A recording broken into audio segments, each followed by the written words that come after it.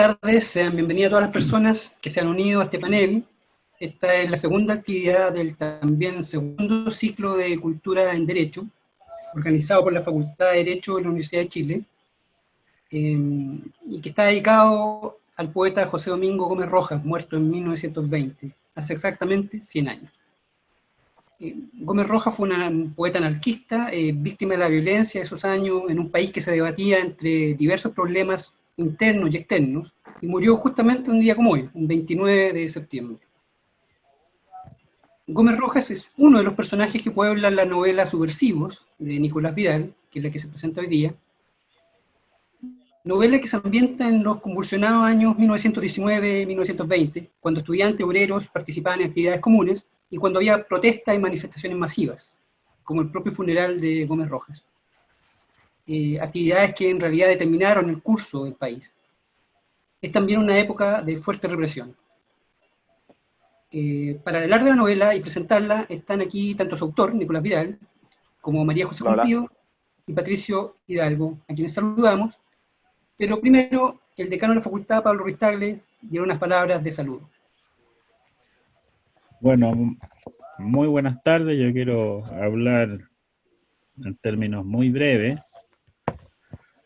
Ayer tuvimos una sesión inaugural muy notable, extraordinaria. Contamos con una explicación histórica de las circunstancias en las que murió José Domingo Gómez Rojas, enloquecido en el manicomio por los malos tratos que recibió luego de ser detenido, acusado de subversivo y sometido a torturas, vejámenes, baños de agua fría en el medio de la noche, y cómo él había sido insolente con el famoso juez Astorquiza, que en el momento en que le responde mal José Domingo Gómez Rojas, lo golpea y lo manda a ser detenido y eventualmente ser maltratado, lo que hace que el poeta pierda la razón.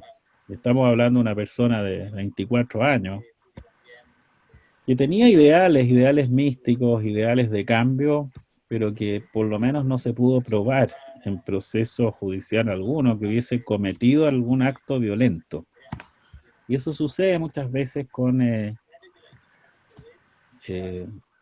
lo que son las ideas de quiebres, de transformación, que son vistas como amenazas independientemente de que se hayan realizado acciones violentas. Y yo celebro en José Domingo Gómez Rojas la decisión de morir por sus ideales, de renunciar a todo por mantener una dignidad. Y quizás eso es lo que alimentó el que él fuese tan honrado en sus funerales, donde asistieron, se calcula, 50.000 personas en un Santiago de quizás 500.000 o, en fin, un poco más, y que haya sido honrado y otra vez por grandes intelectuales y poetas como Manuel Rojas, José Santos González Vera, el propio Pablo Neruda, que comparó el funeral de Gómez Rojas con el de García Lorca.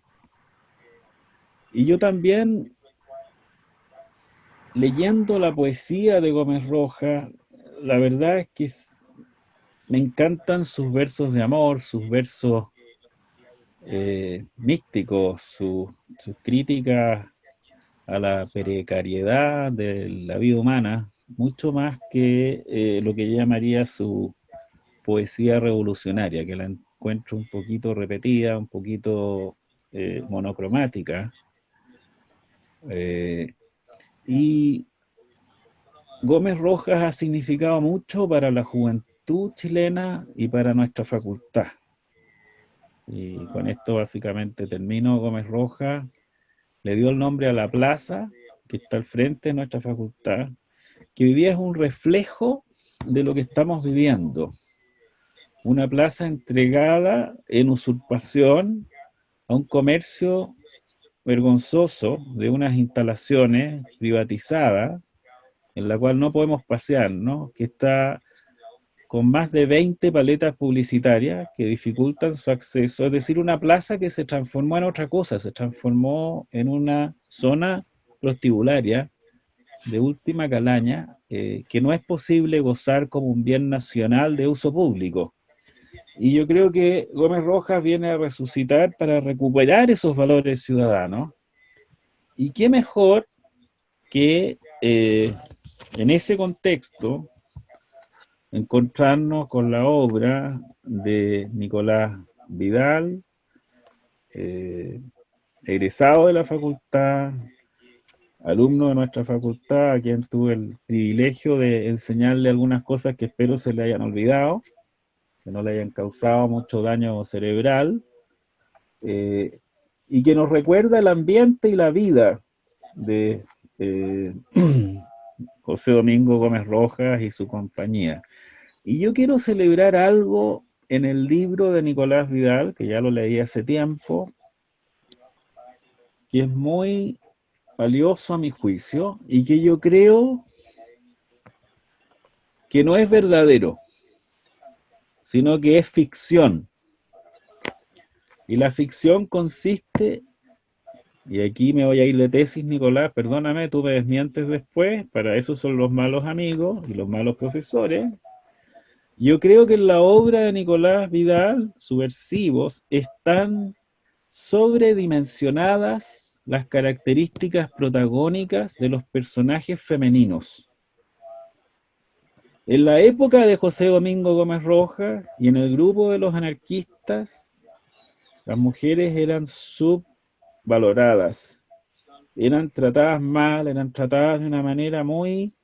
Y los personajes de la obra Subversivos de Nicolás Vidal tienen un tremendo mérito, que es que nos miran la vida de estos idealistas un tanto confusos y que no lograron mucho, esa es la verdad, pero que tenían fuerza como para enfrentarse al sistema.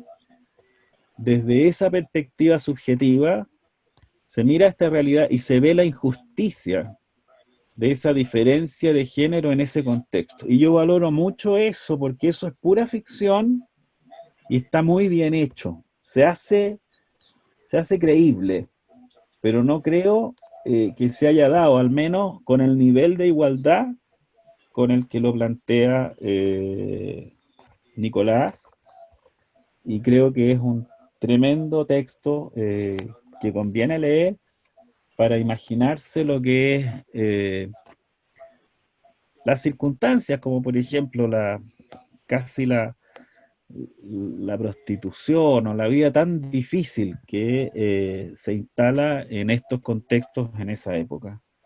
Así que Nicolás, junto con un libro muy bien escrito, muy entretenido, que yo no lo pude soltar, creo que has tocado un tema que es muy importante. ¿Hasta qué punto nosotros podemos rememorar desde nuestra óptica contemporánea algo que sucedió hace tiempo sin introducirle nuestras formas de pensar actuales y reconstruir esa realidad de otra manera? Muchas gracias, Nicolás, yo me alegro y tenemos excelentes personas que van a presentar este libro. Entiendo, María José Cumplido y también Patricio Hidalgo nos van a deleitar con un comentario a este texto, así que yo con eso los dejo y estamos entonces en la segunda sesión de la Semana Cultura en Derecho. Con esto termino.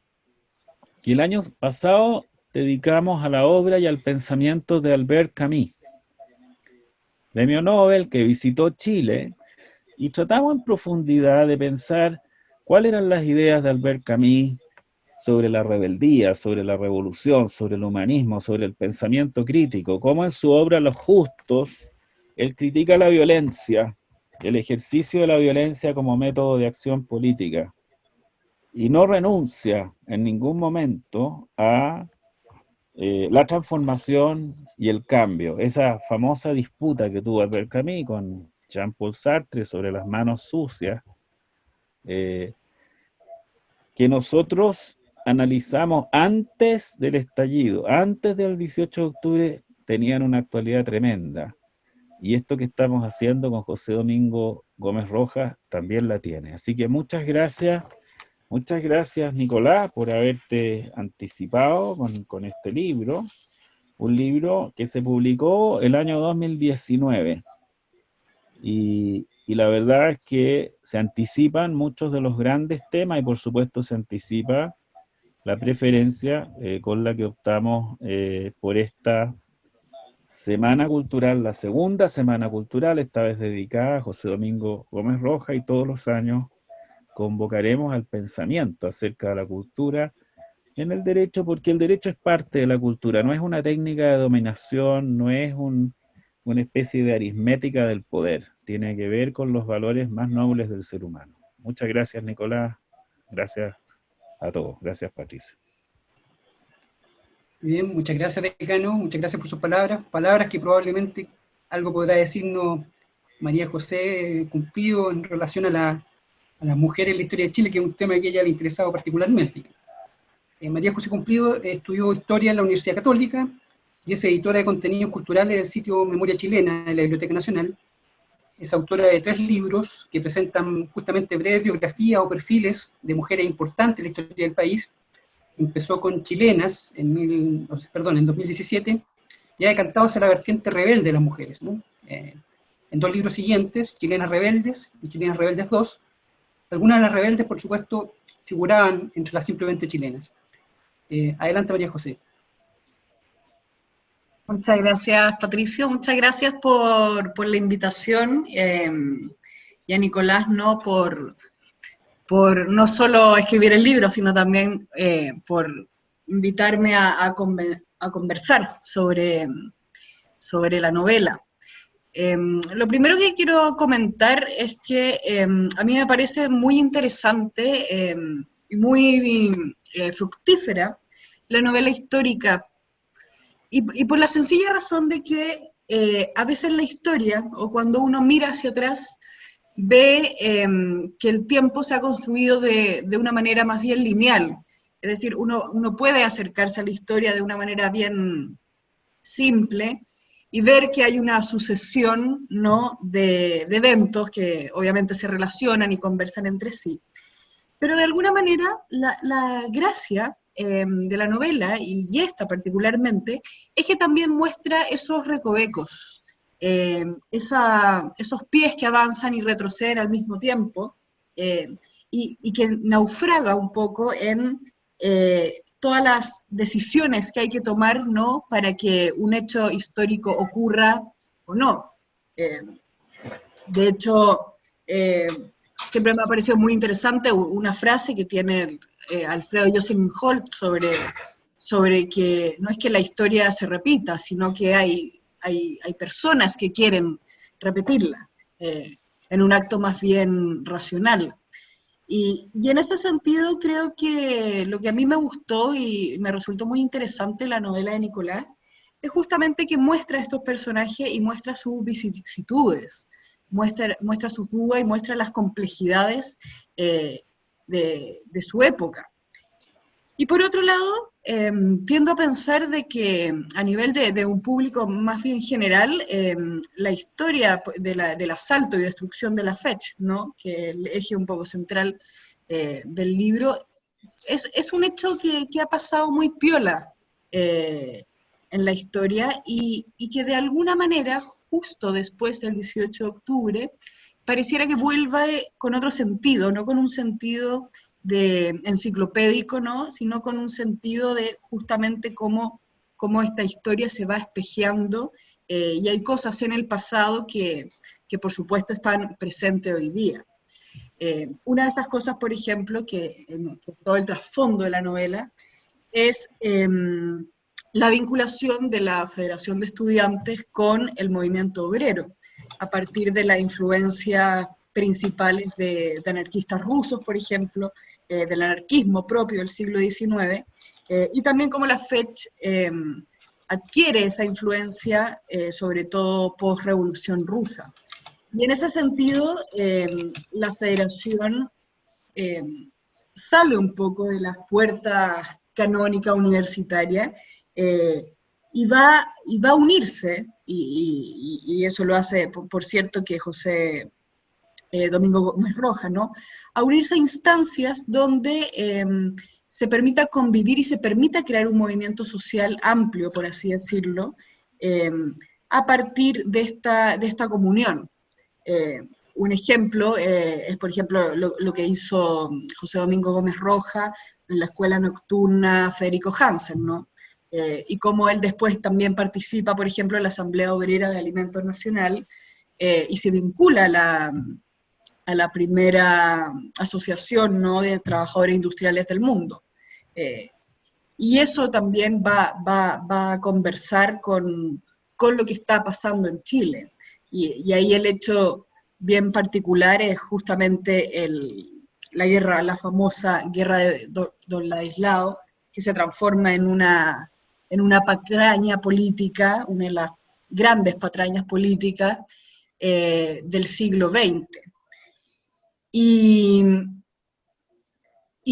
con todo esto, me parece interesante cómo Nicolás le da carne a sus personajes, y los pone, ¿no?, en este escenario que es bien complejo de ir limpiando, ¿no? Porque por un lado está, claro, el gobierno de Juan Luis Sanfuentes, ¿no? Un gobierno muy, muy, muy duro, muy aplastante, muy perseguidor, digamos.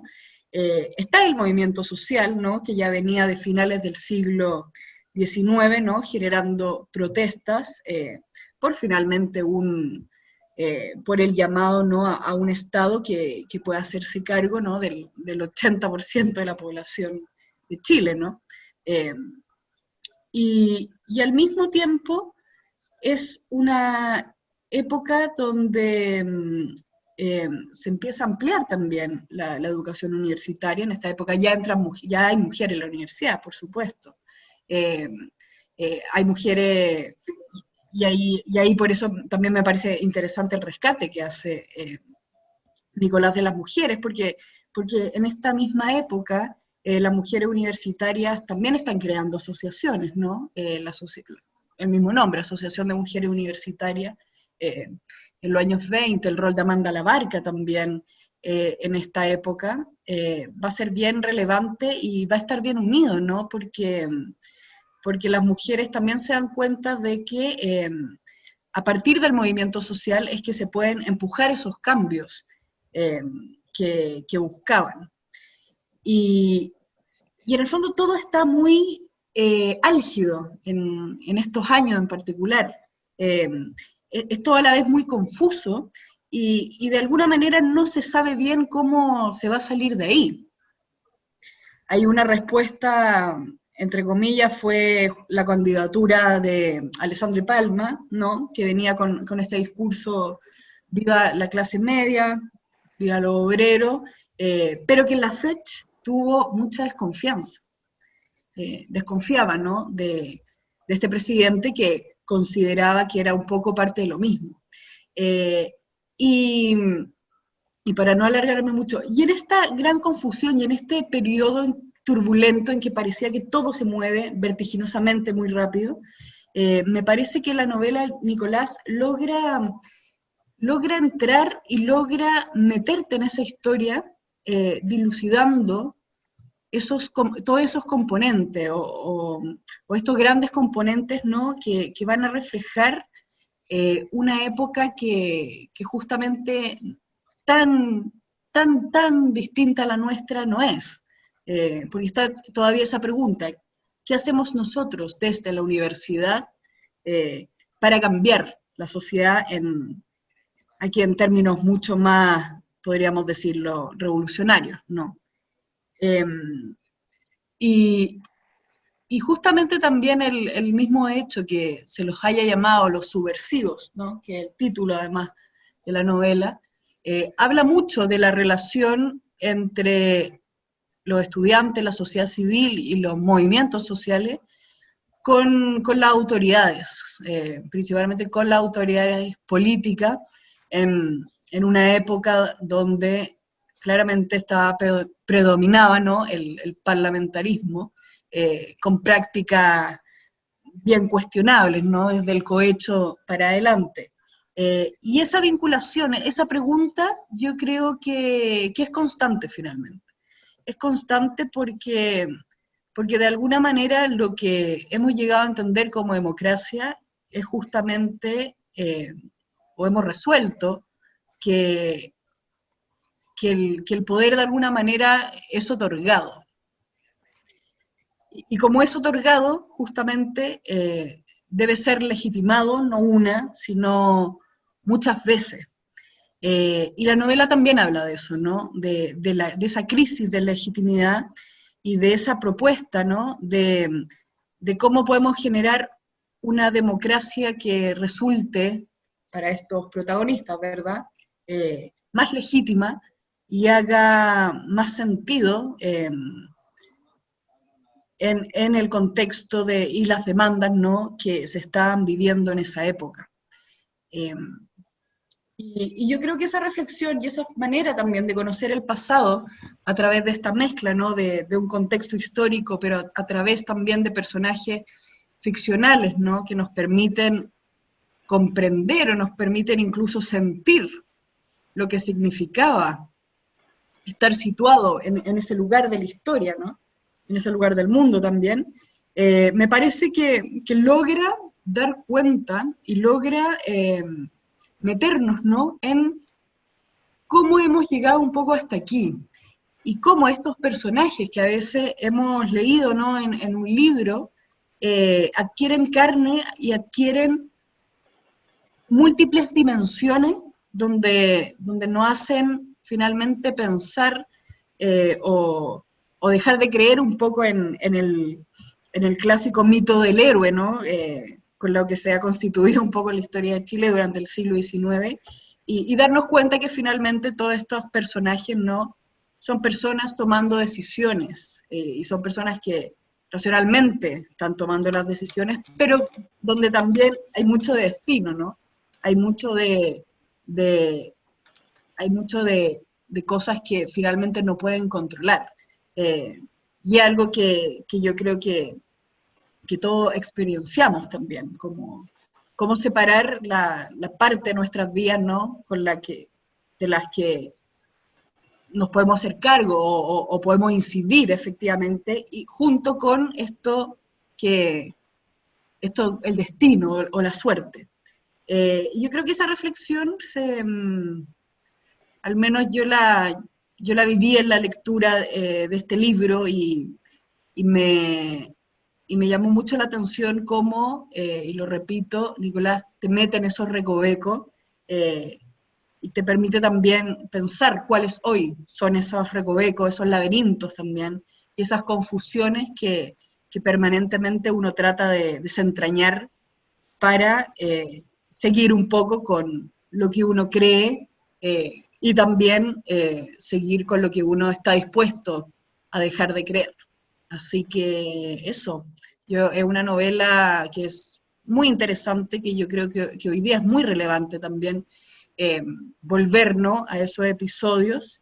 Así que muchas gracias, Nicolás, y a ustedes por estar acá.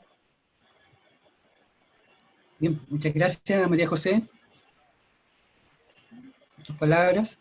Ahora va a hablar Patricio Hidalgo. Él es abogado de la Universidad de Chile, ha trabajado en diversas variantes de la profesión, desde tribunales hasta municipalidades, entiendo, y en una deriva no tan extraña entre los abogados ha decidido escribir libros. Ha escrito cuando menos 2 del tema futbolístico, como son el Diccionario Ilustrado del Fútbol, junto a Francisco Moat, y en un ejercicio de extravagancia que un banderín en la pantalla delata, Soy de la Unión.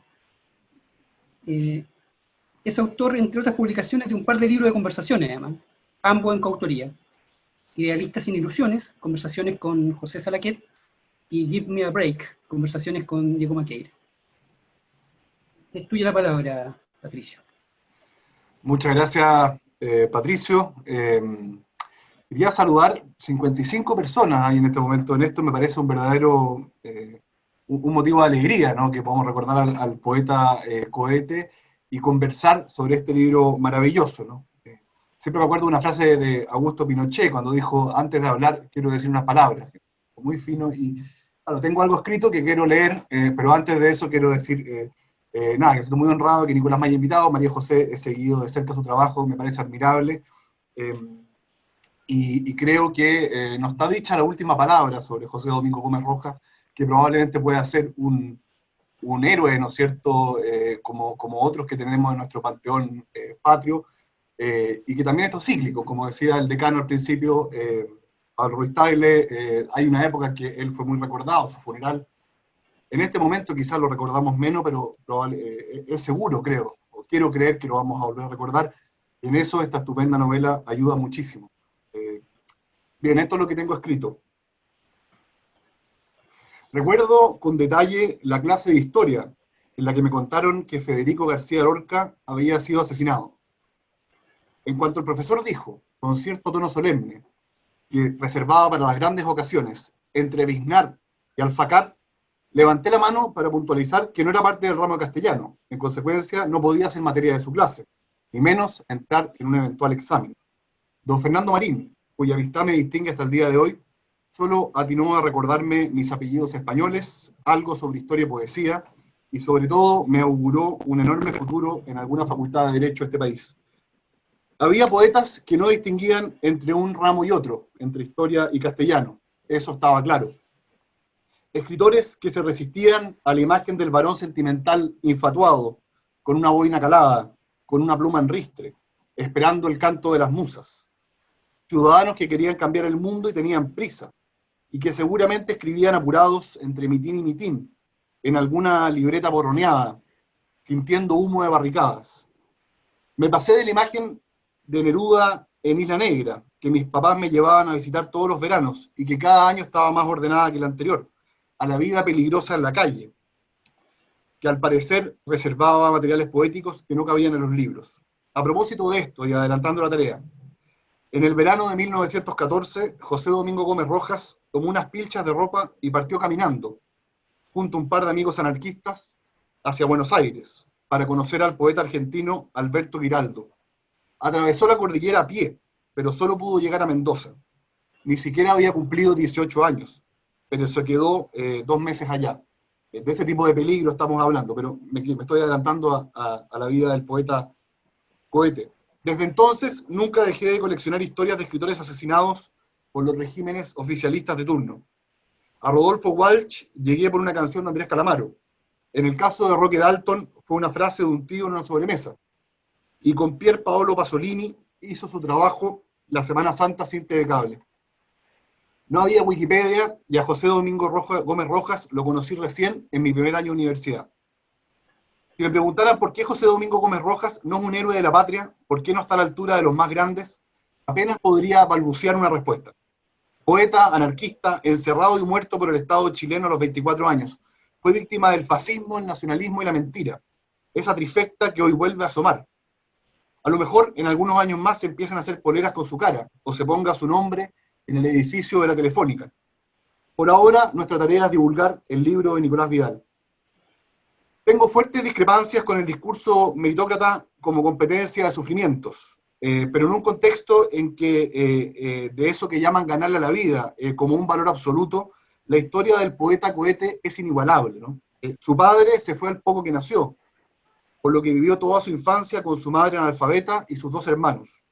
Desde ahí, en un par de décadas, consiguió no solo estudiar Derecho en la Universidad de Chile y castellano en el Pedagógico, sino que al mismo tiempo trabajaba como oficial dactilógrafo en la Municipalidad de Santiago y además daba clases gratuitas en el Liceo Nocturno Federico Hansen, que nombraba María José. También era un activo miembro de la Asamblea Obrera de Alimentación Nacional y de la Federación de Estudiantes, además de ser parte del 24º Consejo de la Federación Obrera de Chile. Incluso dentro de esta vorágine, conseguía darse el tiempo de estudiar Derecho en francés, solo para aprender el idioma. ¿Cómo llegó en 24 años a protagonizar uno de los funerales más multitudinarios que recuerda nuestra historia? 2 compañeros de ruta que mencionaba el decano ofrecen buenas explicaciones. Dice Manuel Rojas, sus conocimientos literarios eran muy superiores a los míos, y me dio consejos, que me parece no haber aprovechado, animándome a seguir un camino que a él le fue cortado en plena repechada. Añade González Vera, aunque estaba a 5 metros de distancia del sitio que yo ocupaba, lo sentí tan lejos, tan inaccesible, como si hablara desde una colina y yo me hallara en la llanura. Espiritualmente la verdad.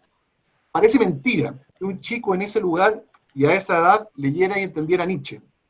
Pero no solo eso, podía declamar sus versos o dar discursos de 2 horas. Siempre había una multitud congregada a su alrededor. Durante una visita de la feminista española Belén de Zárraga, leyó 2 de sus poemas desde los balcones del Hotel Odo, siendo vitoreado por el público. Sospecho que si la FECH quiere volver a ser protagonista, debe mirar hacia atrás antes que hacia adelante. No es el gesto natural del cuerpo, ni menos es el gesto natural del estudiante. Todos sentimos el vértigo de escapar hacia lo desconocido, en línea recta. El ejercicio que propone Nicolás Vidal es el opuesto, hacia abajo y hacia adentro. La educación como un derecho está en las escuelas nocturnas en las que hizo clase nuestro héroe. La mejor noción de igualdad imaginable estaba en el Café Los Inmortales, en Mata con San Diego, en donde intelectuales, anarquistas, poetas y zapateros compartían mesa y conocimiento. Allí es donde el rol del intelectual o del artista en la política se empieza a dar de un modo espontáneo y profundo, formando una estrecha vinculación que en Chile solo crece hasta 1973. ¿Será la historia de Gómez Rojas parte de aquellos cofres que no quisimos abrir durante la transición? No tengo la menor idea. Pero este libro no es solo una biografía sobre Gómez Rojas. Nicolás Vidal da vida a personajes entrañables, como Esperanza, pero también revive a algunos oscuros, pero no menos apasionantes, como el juez José Astorquiza. Sobre este último, sostengo que las funas nacen ahí, en su vida, y que sus deudas y líos maritales no lo hacen digno de lástima, pero sí del mayor interés por los sinsentidos y paradojas de la aventura humana. Sobre Esperanza, la protagonista, contarles que bien pudo llamarse libertad, si es que se trata de mostrar el valor que homenajea en cada decisión que toma. Leyéndola, uno recuerda la libertad que reside en los libros, pero también en el cuerpo. Conociéndola a ella, uno acompaña en la rabia a Antonio cuando le dicen, cada uno elige su propio camino, Antonio. Eso también es libertad. Y él atina a responder, nadie me preguntó si quería vivir de esta forma. El autor también describe escenas de acción, como la destrucción de la FECH, de un modo en el que uno puede sentir la pólvora y condolerse por la quema de incunables. Lo hace a uno indignarse con la mentira, de ese modo al que no debemos renunciar cada vez que abrimos una red social, por más estéril que parezca el esfuerzo. Nos advierte sobre el nacionalismo y sus riesgos evidentes. Nos presenta una galería de secundarios admirables, que escapan de la mera biografía para presentarse en tiempo presente, en acción, imprimiendo diarios o animando tertulias.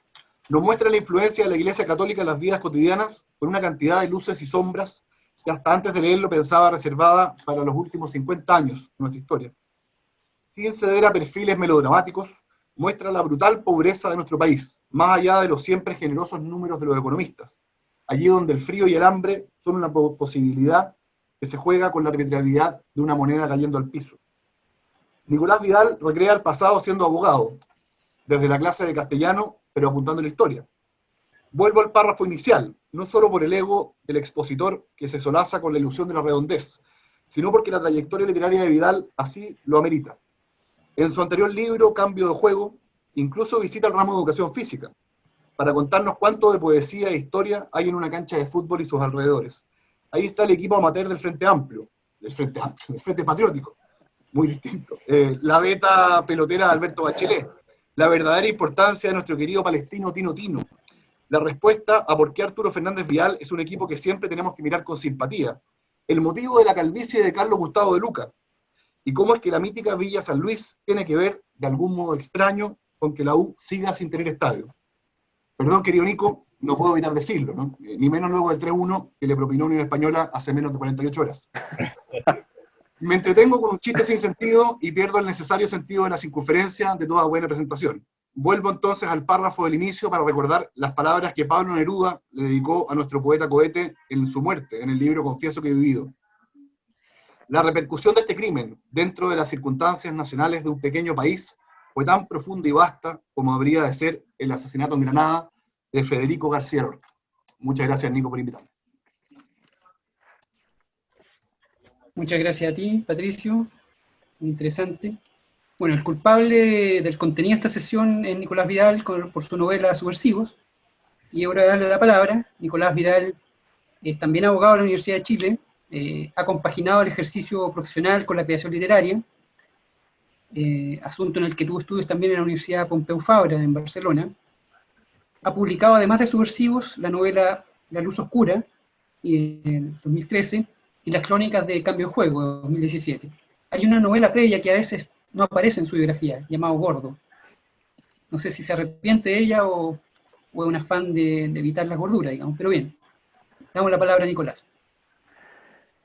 Bueno, muchas gracias, Patricio, por hacer de moderador, ¿ah? De última hora. Y también, bueno, quería partir agradeciendo a María José y al Pato por haber presentado el libro, por habérselo leído y comentado con tan generosas palabras. Fue fundamental las lecturas que hicieron ambos de toda la novela, así que estoy súper agradecido porque son tanto María José como Patricio en su ámbito muy admirable. Así que muchas gracias por acompañarme y nada, sigo muy agradecido. Y también a la facultad, esta presentación parte hace un buen rato cuando me junté con el decano, creo que fue en diciembre del año pasado, en las últimas semanas del estallido, y ahí recibió, ¿cierto?, esta idea de este libro con muchísimo entusiasmo, conocía la historia a la perfección, estaba muy, muy entusiasmado desde el primer momento. A mí me sorprendió mucho la forma, ¿cierto?, en que tomó esta historia y la hizo, o sea, no propia como él, pero como propia de la universidad. Entonces me pareció súper súper valorable, y todo esto, bueno, después se fue confirmando y aumentando, ¿cierto?, con toda esta semana dedicada al poeta Gómez Rojas, que me parece súper súper interesante y muy muy justa, ¿eh? Así que muchas gracias también a la universidad por dar este espacio y por dedicarse a mirar hacia atrás, cosa que no pasa mucho. Así que este espacio es muy necesario y es una gran alegría que se vaya repitiendo año a año esta tradición que empezó el año pasado. Entonces, para recordar de que esta facultad no es solo una facultad de Derecho, sino que tiene una larguísima tradición cultural que hay que seguir desarrollando, ¿eh? A ver, respecto de la novela, ha tenido una vida súper accidentada, porque partió en el fondo en un principio, se publicó en el mes de noviembre del año pasado, en medio del estallido, revuelta, revolución, como queramos llamarle, pero claramente cuando salió a la luz la ciudad era un caos absoluto y incluso el mismo nombre provocó ciertos malentendidos, o sea, había más de alguno en las redes sociales, que por supuesto dan para cualquier cosa, creyó que esto era como una especie de truco editorial, en el fondo, que aquí había como una estrategia brillante de la editorial como para hacer un libro súper rápido en 2 semanas y ponerle subversivo y que tuviera que ver con lo que estaba pasando en la calle. Por supuesto, nada más lejos de la realidad. Es un libro que llevaba trabajando por muchísimo tiempo, unos 13 años, algo así, de manera bien intermitente y esporádica, no 13 años seguidos, pero sí un tiempo bastante largo. Así que, por lo tanto, esa coincidencia no fue más que eso, ¿eh? Después, un poquito más allá de lo que ya han contado en esta conversación, contarles un poco de qué es lo que trata de hacer, en el fondo, la novela, que es tratar de narrar a través de la ficción, ¿eh? La conclusión del primer gran movimiento social de masas que hubo en Chile, que fue muy multitudinario y que partió también con una alianza súper poderosa entre estudiantes y obreros e intelectuales. Entonces había una generación que tenía conocimientos cada uno de distintos ámbitos, formaron esta alianza y provocaron enormes movimientos sociales. Y la FECH, la Federación de Estudiantes de la Universidad de Chile, era el centro a partir del cual se relacionaba todo esto. O sea, todas las asambleas se efectuaban en la sede de la FECH y todo giraba alrededor de eso. Entonces, en ese contexto se hicieron las grandes marchas del hambre, por ejemplo, que juntaron a 100.000 personas cada una en el año 18 y 19 en la Alameda, en una ciudad que, como dijo el decano en un principio, tenía 500.000 habitantes. Entonces son movimientos y un nivel de masas comparable a la marcha del 25 de octubre, por ejemplo, con ese con ese nivel de gente. Entonces, claramente el remesón que provoca ese tipo de manifestaciones en una sociedad es muy grande. Entonces, parte de esa efervescencia es la que trato de mostrar en la novela, siempre a través de los recovecos de la ficción, como se dijo antes, y sale, por coincidencia, justo 100 años después, en el momento en que pasa algo muy similar en Santiago. Entonces, es súper interesante porque todo esto totalmente sin buscarlo en el fondo, pero sí hay muchas conexiones que se dan entre lo que pasó hace 100 años y lo que está pasando ahora, que son bien interesantes y que también, como dijo María José, ayudan a entender quizás mejor lo que se está pasando ahora. Por ejemplo, que todo siempre empieza con los estudiantes. Siempre la juventud es como lo que va rompiendo las barreras y después los otros van como sumándose detrás, tal cual pasó ahora el año pasado, en el fondo, con que los secundarios empezaron con esta cuestión de evadir el metro y todo eso, y después empezó esta ola enorme que todavía sigue, pero los primeros que porfiadamente siguieron fueron los estudiantes. Entonces, hace 100 años fue algo más o menos similar. Entonces, los ciclos históricos, no digo que se repitan, pero sí van rimando, como decía Mark Twain. Entonces, es bien interesante mirar para atrás para entender un poquito el presente.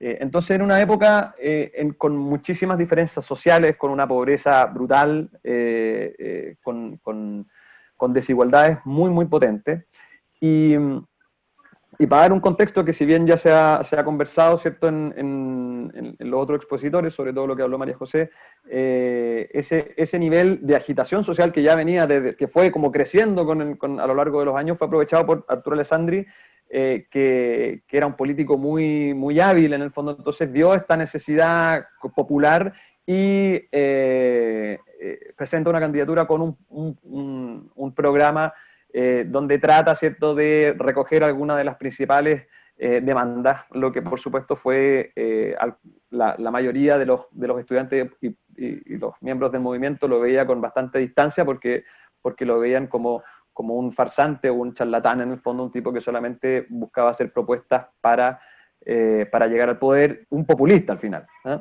Como puede ser el primer gran populista de la historia de Chile. Pero sí, también es el primero que llega con un gran respaldo popular, eso no hay ninguna duda. Entonces es una figura bien interesante.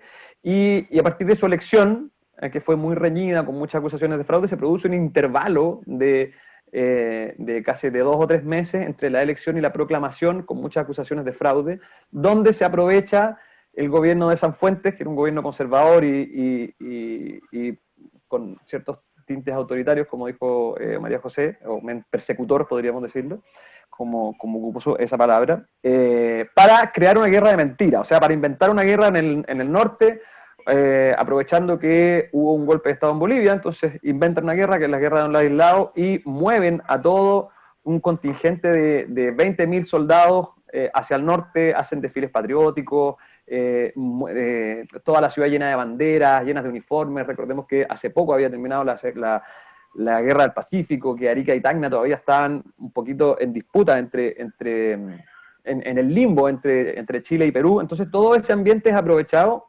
para intentar no sé si evitar, pero sí mover, ¿cierto?, y entrampar la proclamación de Alessandri, ¿eh? Entonces, en ese contexto, los únicos que se oponen a esta movilización, o que incluso ni siquiera se oponen, sino que piden explicaciones, porque el fervor patriota era brutal y avasallador, ¿eh?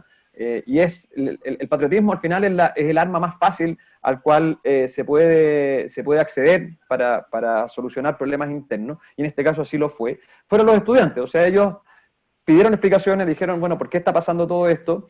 Y la respuesta fue brutal, fue una persecución estatal que empezó, ¿cierto?, con el día del asalto de la FECH, que fue de la Federación de Estudiantes, que fue ordenado directamente desde los balcones de La Moneda. O sea, no es que aquí haya sido una cuestión media no, fue un senador conservador desde los balcones de La Moneda, dio un discurso y 3.000 personas escucharon este discurso y partieron de allá hacia la sede de la FECH, que estaba en Ahumada, a 3 cuadras, y lo destrozaron todo, ¿eh? Entonces, este hecho ha sido convenientemente silenciado, como decía María José, o sea, no se sabe mucho, pero en verdad fueron 3.000 personas que entraron a esta sede de la FECH, liderados por los principales hijos de la aristocracia o de la oligarquía de la época, y arrasaron con todo, o sea, quemaron gran parte de la biblioteca, una biblioteca además de una generación cultural brillante. No sé si hay una generación en Chile que tenga esos nombres. O sea, después en la revista Claridad, que los terminó aglutinando a todos, coincidieron, pero eran Manuel Rojas, los González Vera, los Joaquín Vaz Bello, Pablo Neruda, etcétera, etcétera. O sea, era una generación muy, muy, muy importante a nivel intelectual y que tenía un intercambio cultural además con el resto del continente súper importante. Además queman la revista Juventud, donde, sin ir más lejos, por ejemplo, debutó por primera vez literariamente Pablo Neruda y la Gabriela Mistral. O sea, había una riqueza cultural que se incendia y se queman montañas y montañas de libros en una cuestión que es muy simbólica. Entonces, ahí empieza la persecución estatal contra los estudiantes de la Federación de Estudiantes de la Universidad de Chile, y lo que se llama el proceso de los subversivos, y ese es el núcleo a partir del cual se estructura la novela, en términos como históricos.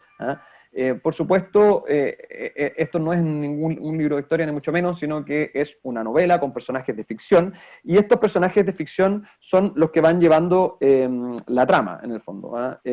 No son meros como arqueotipos que sirven para conducir los hechos históricos, sino que, por lo menos lo que yo traté es de que fueran personajes de carne y hueso, con mucha profundidad, con muchos quiebres, que permitieran seguir una historia mínima a través de la cual se vaya contando, ¿cierto?, este otro trasfondo histórico, pero a través de pinceladas, no dando cuenta de un libro de historia medio camuflado.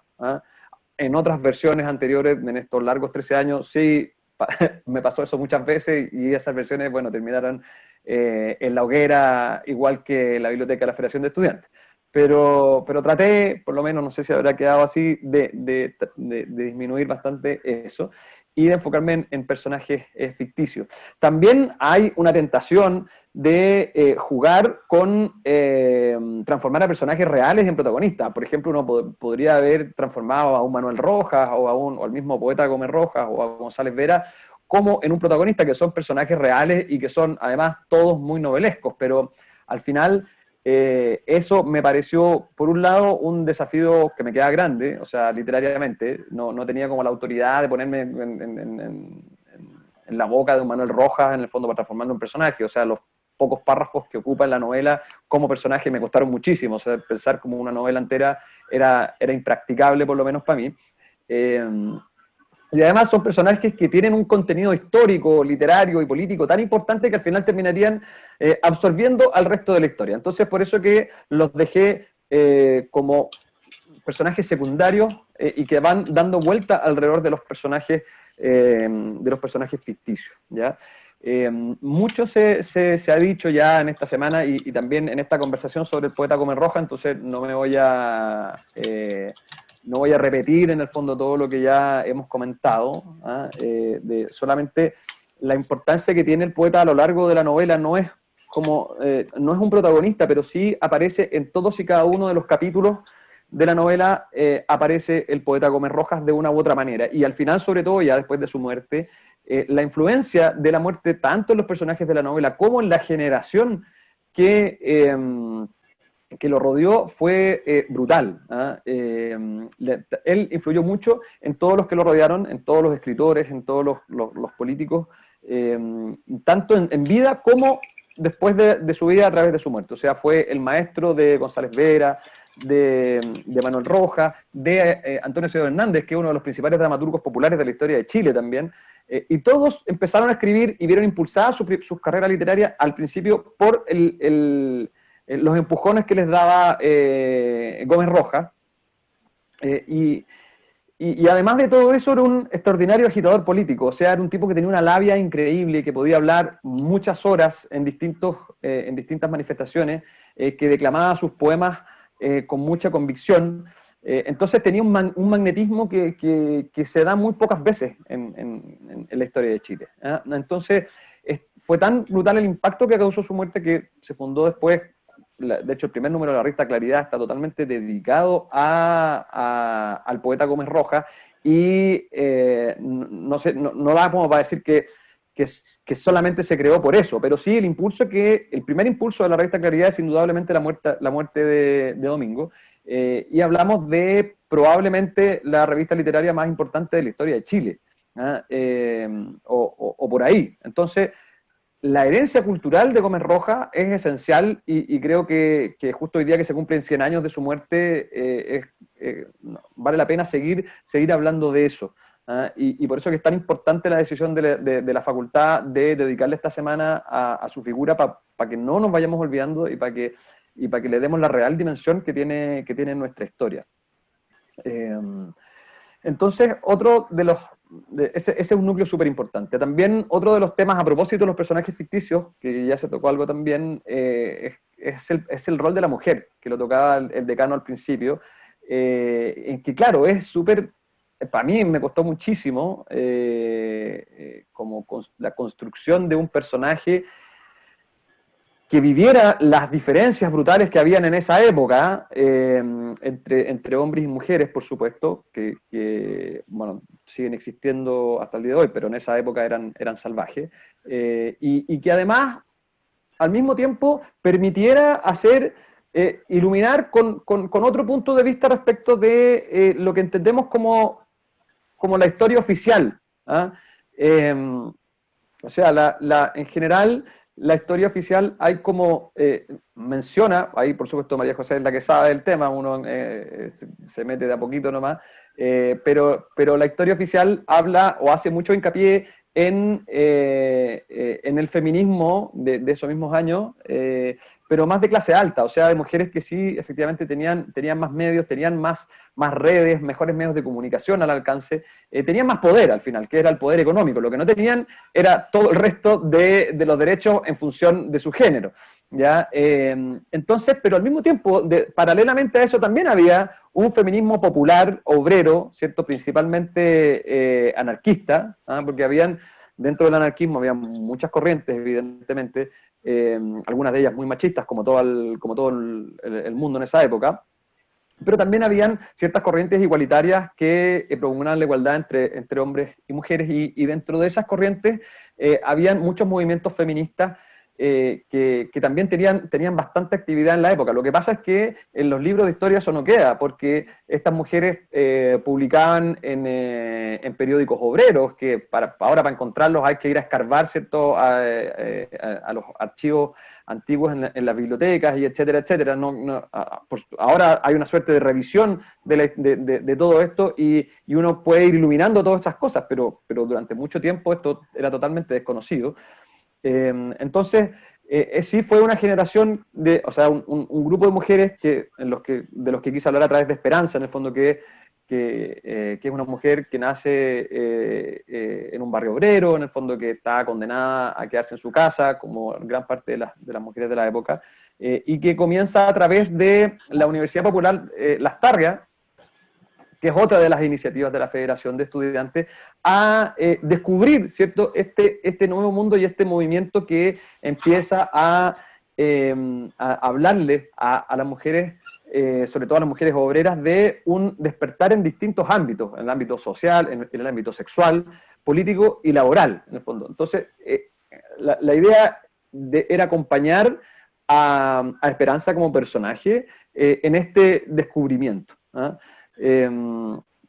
Porque lo que me pareció interesante también era que ellas tenían como un doble conflicto, porque por un lado las tiraba sus conflictos de género, ¿ah? Entonces todo eso las llevaba hacia un lado, pero también tenían conflictos de clase al mismo tiempo. Entonces eso hacía que estuvieran en un permanente quiebre. Entonces ese quiebre es súper interesante, y bueno, siempre, para todo personaje literario, el quiebre es lo que los estructura como personaje. Entonces, eso me pareció algo digno de ser tratado, y una forma como de iluminar un poco ciertos aspectos de la historia oficial que estaban un poquito, podemos decir, oscuros, ¿ah? Así que ese es uno de los núcleos que me interesó quizás el más novedoso, también otros personajes siguen la historia más de contexto histórico que hablamos antes, de la Federación de Estudiantes, etcétera, pero desde otros puntos de vista. O sea, hay otros dos personajes que son estudiantes, que estudian Derecho, uno que muestra un poco más la vida más bohemia de la época, mientras que otro que tiene mucho más responsabilidades con la carrera que está estudiando, muchos conflictos internos con ella también. Entonces, la idea era seguir sus propias profundidades como personaje para a través de eso mostrar un poquito este otro escenario más grande como telón de fondo. También hay, por último, son 4 personajes principales ficticios, y el último es Eugenio, que es un aprendiz en la imprenta Numen, donde compartió con González Vere y con Manuel Rojas en esta imprenta de tintes que imprimían algunas cosas anarquistas, pero no solamente cosas de ese tipo. Entonces, y ahí, al mismo tiempo que Esperanza va, ¿cierto? Es como un símil, Esperanza va descubriendo todo este movimiento, ¿cierto? Y todo este despertar en distintos ámbitos, y Eugenio va descubriendo a través de Manuel Rojas y de González Vera un despertar como intelectual por la lectura y por la literatura, y al mismo tiempo por la política, por todo lo que estaba pasando alrededor, ¿ya? Entonces, eso me interesó mucho, que enfocarme en la historia íntima también de cada personaje con sus conflictos internos, y a través de eso dar un poco de luz sobre todo lo que iba rodeando al contexto histórico, ¿no? Entonces, esa es un poco la idea de la novela. Ya, por supuesto, ha pasado un año, prácticamente 10 meses desde que se lanzó, ha tenido una vida súper accidentada con revoluciones y pandemias entre medio, pero sí también ha sido bastante luminosa por todas las coincidencias que hemos conversado antes, y por cómo puede terminar esto. O sea, al final esto puede terminar con, ojalá, con una nueva constitución, y yo tiendo a pensar, por supuesto ahí el decano me va a corregir inmediatamente, de que esto también son los momentos previos o sea, socialmente es un momento constituyente también, o sea, lo que pasó hace 100 años. Es la antesala de lo que terminó en la Constitución del 25, en circunstancias muy distintas, evidentemente, pero sí, también hay otros símiles que son súper interesantes, también más institucionales. Entonces, eso, agradecerles a todos los que se han conectado, agradecerles de nuevo a la universidad por dar este espacio, por generar estos diálogos que son muy interesantes y que amplían un poquito los horizontes de la universidad y de la facultad.